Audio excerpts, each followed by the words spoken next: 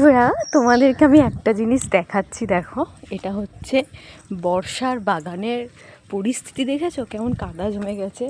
আর আরেকটা জিনিস দেখাচ্ছি, আমাদের বাড়ির যে পুকুরটা রয়েছে, এই পুকুরটা দেখো কোথায় জল ছিল, কোথায় জল এসছে।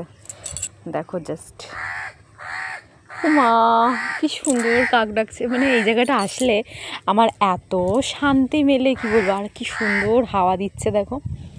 আর এখানে দেখতেই পাচ্ছ, আর আম নেই, সব আম পেড়ে খেয়ে নিয়েছি।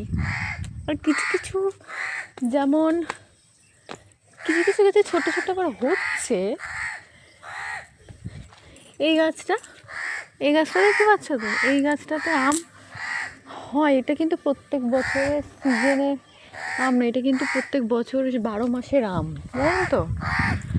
আর এই শিউলি ফুল ফোটা আরম্ভ হয়ে গেছে। ও মা, দেখো শিউলি ফুল ফুটছে, কি সুন্দর না? শিউলি ফুল ফুটেছে। চলো, শিউলি ফুল ফোটা মানে পুজো পুজো ভাব চলে আসে, যদিও পুজো আর বেশি দিন নেই, 69 দিন বাকি। আর আমি যেটা মেন দেখাতে এসেছিলাম তোমাদের, এই জলের অবস্থা দেখো, পুকুরের অবস্থা দেখো। দেখো, উফ, কাক কিন্তু আমাকে খুব ডিস্টার্ব করছে, কা কা করে।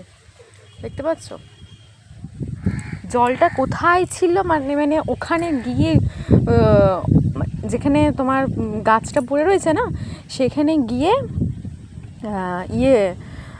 মানে মানুষ নেমে কাজ করতো। আমাদের এখানে যারা আছে তারা এখানে এসে তোমার কাপড় জামা, ওই লাইক জহর কাকুর বউ, এরা যারা আছে, তো এরা এখানে এসে তোমার কাপড় জামা ধুতো, ওইখানটা চলে যেত। বাট এখন দেখো ভালোই জল হয়ে গেছে বৃষ্টিতে। আর আমাদের এখানে মানে কিছু কিছু জায়গাতেও জমিতেও অনেক জল জমে গেছে। কিছুদিন আগে গেছিলাম ছেলেকে ডক্টর দেখাতে, বাট দেখি কি সুন্দর জল জমেছে। কিন্তু এটা ঠিক আছে, বাট বেশি জল হওয়াও ভালো না, ক্ষয়ক্ষতি হবে অনেক বেশি। চলো।